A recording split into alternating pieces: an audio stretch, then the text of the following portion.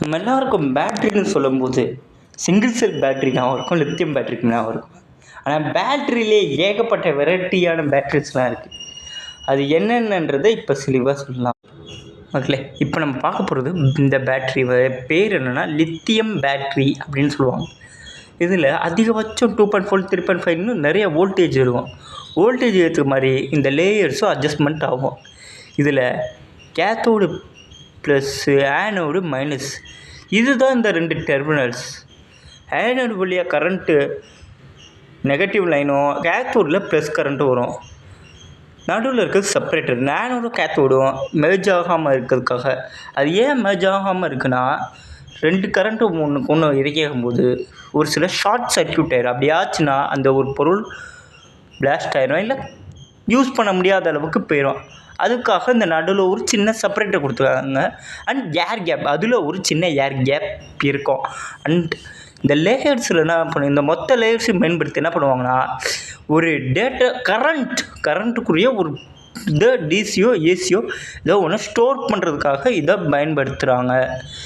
இந்த battery charge and discharge DC current பண்ணும். Capacitor high கரண்ட்டை இது பண்ணும். அதுக்காக தான் கெப்பாசிட்டர் ப்ரொடியூஸ் பண்ணியிருக்காங்க. இது ஒரு சின்ன கரண்ட்ஸ். இப்போ வரக்கூடிய பேட்ரிஸ் எல்லாம் லித்தியம் பேட்டரியோட பங்கு அதிகமாக இருக்குது. எக்ஸாம்பிள் சொன்னால் லேப்டாப் பேட்டரிக்குள்ளே பார்த்திங்கன்னா லித்தியம் பேட்டரி தான் இருக்கும். இது மாதிரி இதோட பயன்பாடும் அது ரொம்ப ரொம்ப அதிகம். அடுத்து பார்க்க போகிற பேட்டரி தான் இந்த ஃபியூவல் செல் பேட்டரி. இதில் இந்த பேட்டரியில் உள்ளதில் என்ன இருக்குன்னா ஆசிட்ஸ் இருக்கும். இந்த ஆசிட் ரொம்ப ஆபத்தான கெமிக்கல் ரிஸ்பான்ஸ். அதில் மல்டி செல்ஸ் இருக்கும். Series to make up battery. இதை வச்சு தான் இந்த பேட்டரியை உருவாக்குவாங்க. அண்ட் பாசிட்டிவ் டெர்மினலை பற்றி உங்களுக்கு நெகட்டிவ் டெர்மினலை பற்றி என்னென்னு சொல்கிறேன். இப்போ நான் உங்களுக்கு இந்த பேட்டரியை பற்றி, இந்த ஆசிட் பேட்டரி எப்படி ஒர்க் ஆகுதுன்றத கண்டிஷனை எப்படின்னு சொல்ல போகிறேன்.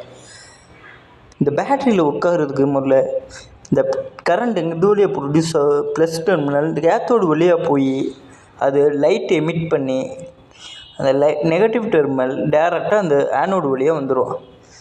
இப்படி தான் இந்த பேட்ரி ஃபங்க்ஷன் ஆகும். இப்போ அடுத்து இந்த பேட்ரியில் லேயர்ஸ், இந்த பேட்டரியோட இதை சொல்கிறேன். இது ஒரு சின்ன செல் டிரைவர் மாதிரி இருந்தது. இதில் பல செல் வரிசையாக வச்சுருக்கோம். இது 4லேருந்து 5 பீஸ் உள்ளக்குள்ளே இருக்கும். மேலே இருக்க ப்ரொடெக்டிவ் கேசிங் இந்த ஆசிட்ஸு ஏதாவது வெளியே வந்துடாமல் இதை பாதுகாப்புக்காக கொடுத்துருக்காங்க. செல் டிரைவர் ஒவ்வொரு ஆசிடுக்கும் நடுவில் பிளேட்ஸ்க்கு நடுவில் 2 பிளேட்ஸும் அட்டாச் பண்ணுறக்கூடாதுக்காக கொடுத்துருக்காங்க.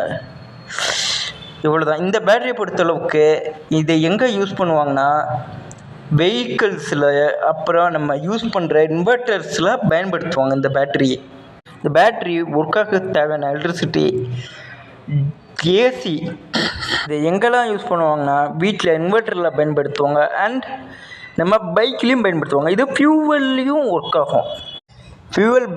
ஃபியூவல்ஸில் ஒர்க் ஆகக்கூடாது. காரு, வெஹிக்கிள்ஸு இந்த மாதிரியான இதெல்லாம் யூஸ் பண்ணுவாங்க. அடுத்து பார்க்க போகிறது சாண்ட் பேட்ரி.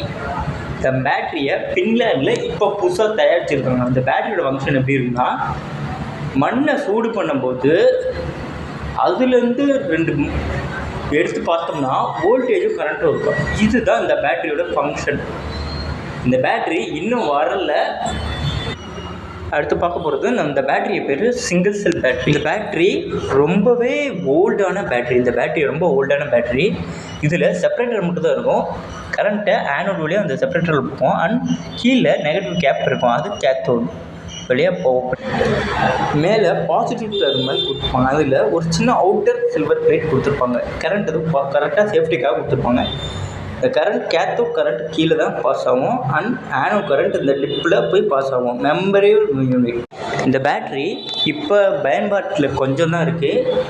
இந்த பேட்ரி எங்கெல்லாம் யூஸ் பண்ணுறாங்கன்னா ரிமோட்ஸு, சின்ன கண்ட்ரோலு, கார்ஸு இந்த மாதிரியான மோட்டாரை பயன்படுத்தி சின்ன கேம் பாக்ஸு இந்த மாதிரி விஷயத்தில் ஒரு தடவை சார்ஜ் போட்டால் அது திரும்ப ரீயூஸபிளே ஆகாது. அந்த மாதிரியான பேட்டரி தான் இது ஆக்சுவலாக remote, TV remote cars, remote helicopter இந்த மாதிரி விஷயத்தில் மட்டும்தான் பயன்படுத்துகிறாங்க. இன்றைக்கி வர காலகட்டத்தில் இதுக்கு பதிலாக லித்தியம் பேட்டரியை பயன்படுத்திடுவாங்க.